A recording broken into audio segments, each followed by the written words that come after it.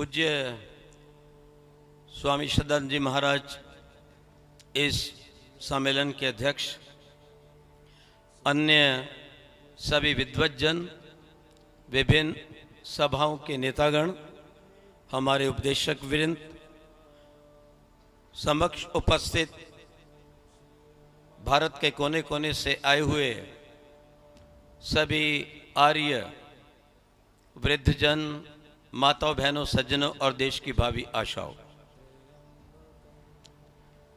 बहुत सुंदर विचार मुझसे पूर्व आपने सब विद्वानों के सुने हैं कि राष्ट्र क्या है। हम राष्ट्र की इकाई हैं और राष्ट्र दानशील व्यक्ति से बनता है। राधाने त्याग की भावना से राष्ट्र खड़ा होता है और भगवान को सबसे प्यारा बलिदानी है, ध्यान रखिए। और वेद में यह मंत्र आया है कि अपने राष्ट्र को यदि स्वर्ग बनाना है तो उसके दो सूत्र दिए गए, यत्र ब्रह्म च क्षत्रम च, ब्रह्म शक्ति को धारण करो, अपनी वैदिक संस्कृति और उसके अनुसार अपने उस आचरण को मत छोड़ो, पहला काम। दूसरी बात, दंड नीति को कभी कमजोर ना होने दो। यदि भारत का विनाश हुआ है, यदि ज्ञान और विज्ञान में विश्व गुरु भारत,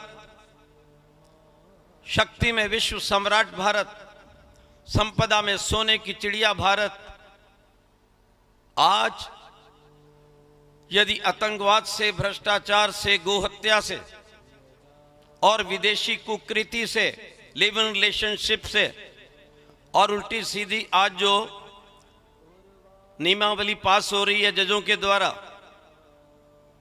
कि खुली छूट है व्यभिचार की विवाह से पहले, और क्या यहां से बोल नहीं सकते कि भारत की उन महान विदुषी तपस्वी नारियों के प्रति क्या कह रहा है।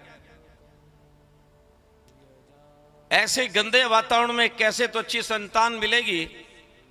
देशभक्त, धार्मिक छत्रपति शिवाजी, महाराणा प्रताप, भगत सिंह, बिस्मिल, आजाद, चंद्रशेखर, लाला लजपत राय, श्यामजी कृष्ण वर्मा जैसे लोग आएंगे कहां से, जब इतना गंदा वातावरण रहेगा। इसलिए पहला कार्य जो हमें करना है कि अपने ब्रह्म संपत्ति को नहीं छोड़ना, वेदानुसार आचरण को कभी नहीं छोड़ना। प्रातःकाल, सायंकाल का यज्ञ अथवा एक ही काल यज्ञ, दो काल की संध्या, अपने बच्चों को सोने से पहले अवश्य संस्कृति, धर्म, चरित्र का ज्ञान, सप्ताह में कम से कम एक दिन एकत्रित हो जाना, यह मत छोड़ो किसी कीमत पर।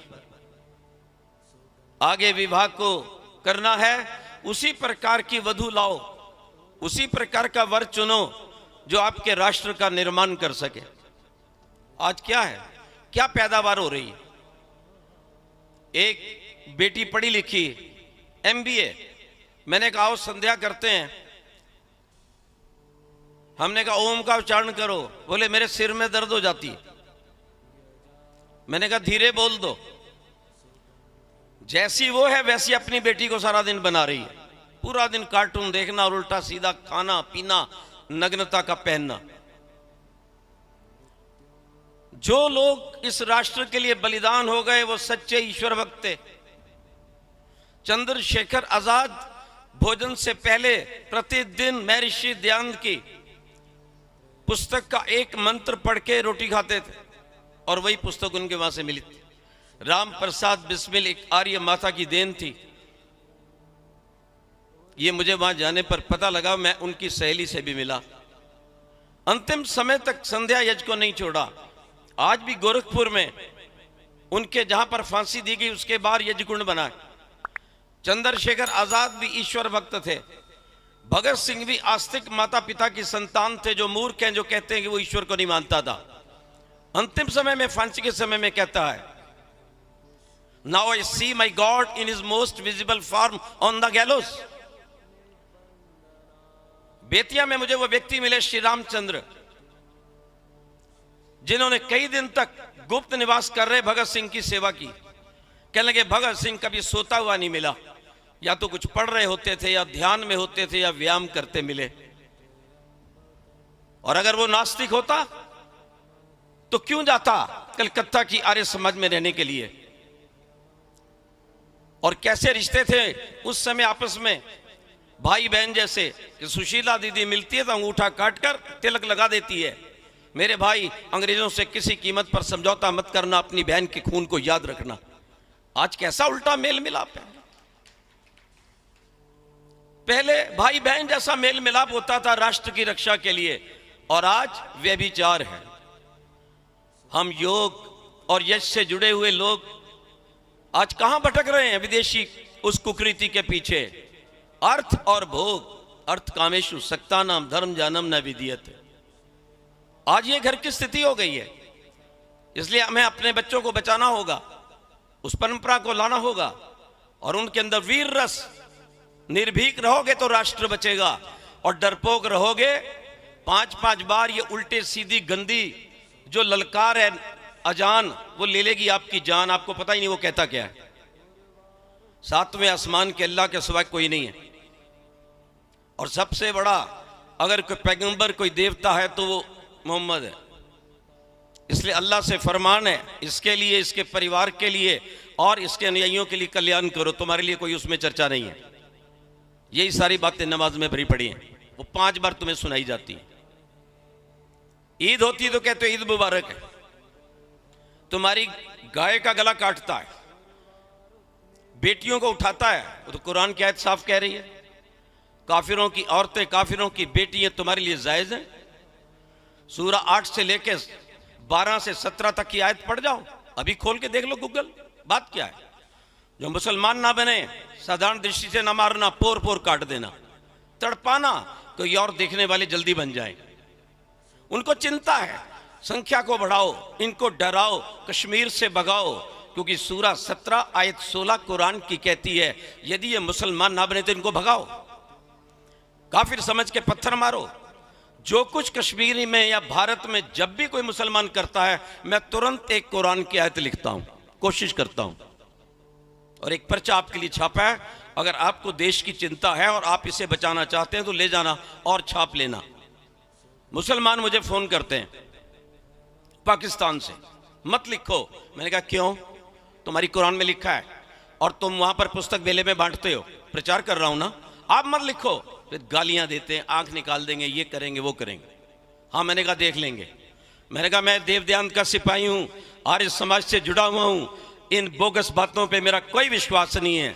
याद रखो, तुमने किसी और लोगों को देखा होगा, हम उन लोगों के दीवाने हैं पंडित लेखराम जैसे, कि एक हिंदू बेटी को लाहौर की उस शाही मस्जिद में एक मुसलमान ले गया था। पंडित लेखराम अपनी पगड़ी बांधकर दंदनाता हुआ अंदर गया, उनकी छाती के ऊपर, सीने के ऊपर ठोक कर उस कन्या को वापस ले आया। उनकी हिम्मत नहीं कि उसको रोक सके।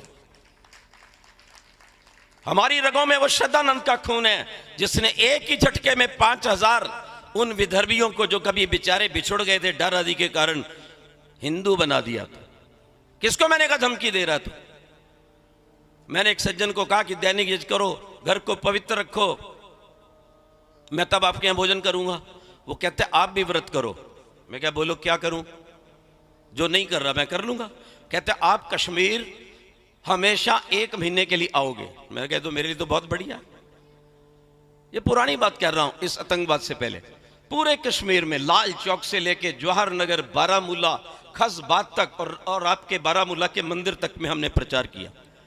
लाल चौक के पास जो अपनी एक पलटन पड़ी है, वहां मैं बोला। वो कहने लगे यहाँ क्या बोलोगे? मैं क्या यही बोलूंगा, राम कौन है, रावण कौन है, और सीता को बचा लो। ध्यान रखना इस बात को। लेकिन उसका परिणाम क्या निकला? मेरे एक हाथ में सत्याग्रह प्रकाश, एक हाथ में डंडा, ये पगड़ी नहीं थी तब, चोटी रखता था, नीचे खड़ाऊं रखता था कि जानबूझकर आवाज आए, इन मुल्लों को पता चले कोई आर्य भी यहां पर है और वो भी काम करता है, डरता नहीं है तुम्हारे से। ध्यान रखना। मैं जा रहा था दुकान के अंदर 3-4 मुसलमान थे। जैसे मैं वहां से निकला, बाजू में कह लगे यही है, यही है, यही है। मैंने एक बार देखा और मैं चल दिया। मैं कहा यही है तो आ जाएंगे सामने, तो मैं भी देख लूंगा कौन है कौन है। आगे जाके बैठा जहां पे यज करवाना था, वो बहन जी बैठ गई अकेली, पति आया नहीं था। थोड़ी देर बाद पति आया, मैं हैरान हो गया। मैं कहा तो वही व्यक्ति था जो इशारा कर रहा कि यही है। मैंने कहा इसने मुसलमान से शादी की। पता चला कि मुसलमान नहीं, एक कश्मीरी से शादी की थी, वो गोरा चिट्टा था। यज समाप्त हुआ। मैंने कहा आप दुकान पे बैठे बैठे ये आपके लोग क्या कह रहे थे, यही है? बोले रोज पूछते थे आर्य कैसा होता है। आज मैंने कहा देख ले आर्य ऐसा होता है, आंख खोल के देख ले कैसा होता है।